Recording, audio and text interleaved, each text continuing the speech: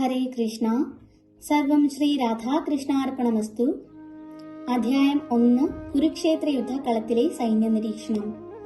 ശ്ലോകം 25. ഭീഷ്മദ്രോണ പ്രമുഖതാ സർവേഷാം ച മഹീക്ഷിതാ ഉവാച പാർത്ഥ പശ്യേതാൻ സമവേദാൻ കുരുനിധി. വിവർത്തനം. ഭീഷ്മദ്രോണാദികളുടെയും മറ്റു രാജാക്കന്മാരുടെയും മുന്നിൽ വെച്ച് ഭഗവാൻ ഇങ്ങനെ പറഞ്ഞു: പാർത്ഥ, ഇവിടെ ഒത്തുകൂടിയ കുരുവംശജരെ നോക്കൂ. ഭാവാർത്ഥം: പരമാത്മാവെന്ന നിലയിൽ അർജുനന്റെ മനസ്സിൽ നടക്കുന്നതെല്ലാം കൃഷ്ണൻ അറിയാമായിരുന്നു. ഈ ഘട്ടത്തിൽ ഹൃഷികേശൻ എന്ന പേര് ഉപയോഗിച്ചതുകൊണ്ട് അദ്ദേഹം എല്ലാം അറിയുന്നവരാണെന്ന് സൂചിപ്പിക്കുന്നു. അർജുനനെ സംബന്ധിച്ചിടത്തോളം പാർത്ഥ അല്ലെങ്കിൽ കുന്തിപുത്ര എന്ന സംബോധന സാരവത്താണ്.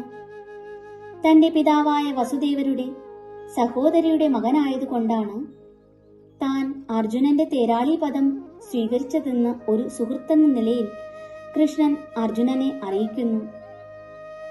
കുരുക്കളെ നോക്കൂ എന്ന വാക്കുകൊണ്ട് കൃഷ്ണൻ എന്താണ് ഉദ്ദേശിച്ചത്?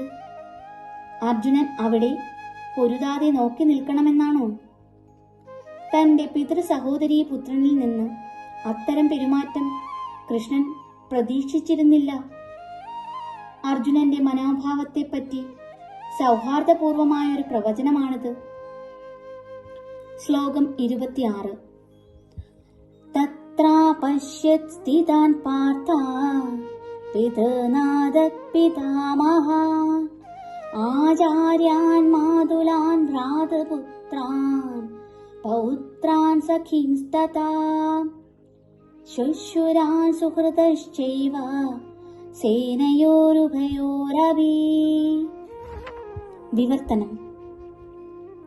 ആ യുദ്ധരംഗത്തിൽ ഇരു സൈന്യങ്ങളുടെയും മധ്യത്തിൽ പിതൃതുല്യരെയും പിതാമഹരെയും ഗുരുജനങ്ങളെയും മാതുലന്മാരെയും സഹോദരന്മാർ, മക്കൾ, പൗത്രന്മാർ, സുഹൃത്തുക്കൾ, ഭാര്യാപിതാക്കന്മാർ എന്നിവരെയും അർജുനൻ കണ്ടു. ഭാവാർത്ഥം: എല്ലാ ബന്ധുക്കളെയും അർജുനൻ പോർക്കളത്തിൽ കണ്ടു.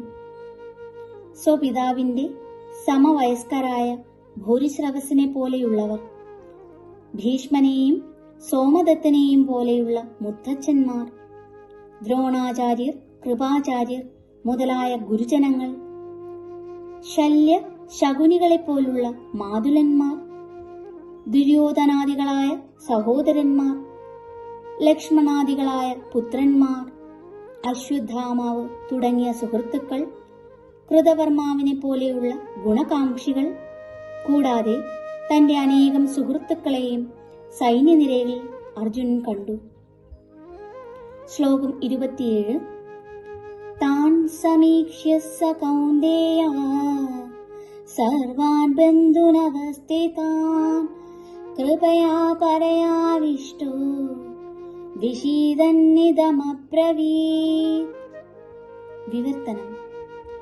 ഇങ്ങനെ പല വിധത്തിലും തനിക്ക് ബന്ധുക്കളായുള്ളവരെ അവിടെ കണ്ടപ്പോൾ കരുണാഭരിതനായി തീർന്ന കുന്തിപുത്രൻ പറഞ്ഞു: ഹരേ കൃഷ്ണ.